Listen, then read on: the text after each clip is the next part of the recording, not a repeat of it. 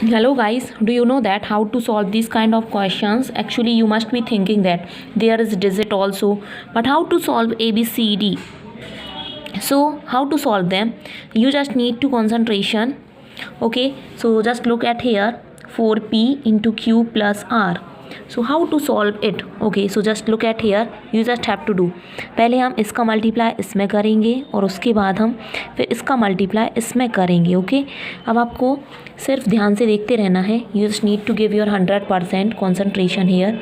Okay, तो सबसे पहले हमने किया 4p मल्टीप्लाई q. ओके, और फिर प्लस का साइन लगा देंगे हम बीच में, यहाँ पे ब्रैकेट लगा देंगे एंड फिर हम कर देंगे 4p into Q R. Okay,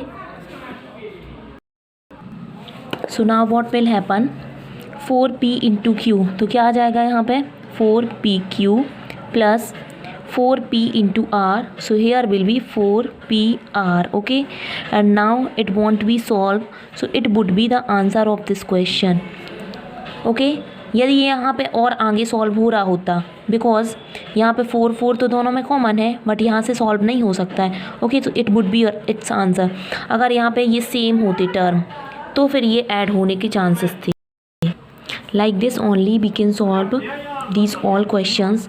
Now like this only you can solve this question also. Like first you have to multiply ab multiply by a and then ab multiply by b. okay, and in the middle the sign will be minus because here is also minus.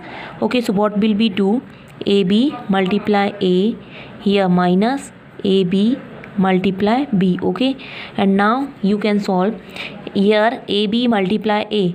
okay, so a, here a is double, so we can do like this. यहाँ पे a के ऊपर square की power आ जाएगी. Okay, and b and minus का sign a b into v, चूँकि यहाँ पे b डबल है तो b के ऊपर स्क्वायर हो जाएगा. Okay, so it would be the answer of this question. And keep and consistency you have to solve. There's 2 more questions, so if you like the method of this question then you can solve like these only. आपको ये 2 question मैंने दिए हुए हैं, so you have to solve it as an homework. okay, and just give the answer in comment box. okay, so thank you so much guys, and you can subscribe my channel for getting some more videos like this only. okay, thank you so much.